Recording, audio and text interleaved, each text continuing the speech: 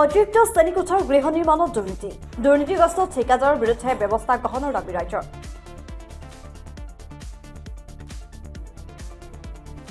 বৰপেটা জিলাৰ চেঙা সমষ্টিৰ অন্তৰ্গত বাঘমৰাচৰ উচ্চতৰ মাধ্যমিক বিদ্যালয়ত বৰপেটা জিলাৰ সমগ্ৰ শিক্ষাৰ সৌজন্যত বাঘমৰাচৰ উচ্চতৰ মাধ্যমিক বিদ্যালয়ত প্ৰায় 1.2 কোটি টকীয়া 2টা পদাৰ্থ বিজ্ঞান, 1টা ৰসায়ন বিজ্ঞান, 2টা জীৱ বিজ্ঞানৰ পৰীক্ষাগাৰৰ কামৰ নিবিদা লাভ কৰে জাকিৰ হুছেইনে।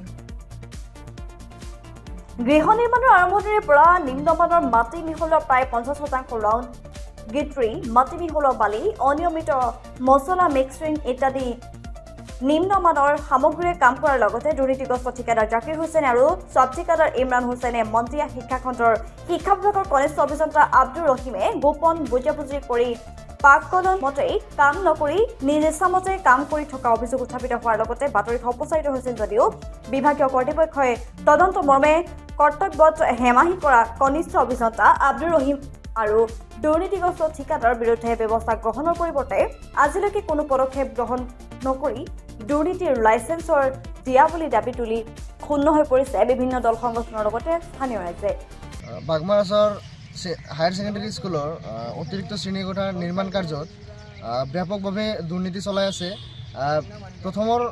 প্ৰথমৰ পৰাই ভিটিৰ যেতিয়া গাঁথনি হৈছিল তেতিয়া ভিটিটো আমি ড্ৰয়িঙত চাইছিলোঁ 10 ইঞ্চি আছে, কিন্তু আমি কাৰ্যক্ৰমত দেখা পালোঁ যে 5 ইঞ্চিকৈ গাঁঠি আছে, কিন্তু পিছত আমি প্ৰতিবাদ কৰাৰ ফলত সেইটো 10 ইঞ্চিকৈ গাঁঠিছে।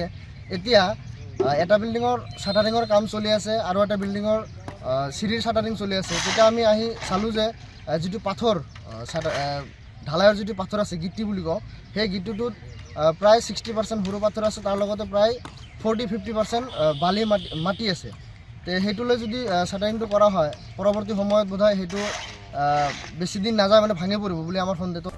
বিভাগীয় ঊৰ্ধ্বতম কৰ্তৃপক্ষ নে প্ৰভাৱশালী ৰাজনৈতিক নেতা তাৰ আশীৰ্বাদতে পুষ্ট দুৰ্নীতিগ্ৰস্ত ঠিকাদাৰ জাকিৰ হুছেইন।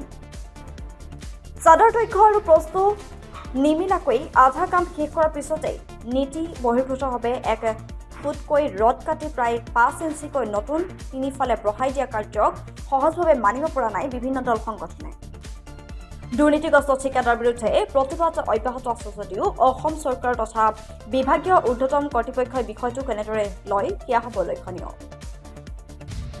বাঘমৰাচৰ হায়াৰ ছেকেণ্ডেৰী স্কুলত অতিৰিক্ত শ্ৰেণীকোঠাৰ কাম চলি আছে। এই কামখিনিত মানে বহুত পৰিমাণে দুৰ্নীতি হৈ আছে। আমি দেখা পোৱা মতে যিখিনি বালি আৰু গিটিৰ কাম চলি আছে, গিটিৰ মাজত 50% সৰু পাথৰ, 50% বালি, এইখিনিলৈ কাম চলাই আছে। এইখিনিলৈ কাম চলিলে আমি মানে সন্দেহ নহয়, এইটো মানে ঠাৱৰকৈ ক'ব পাৰি যে বিল্ডিংখন মানে নাথাকে বেছি দিন।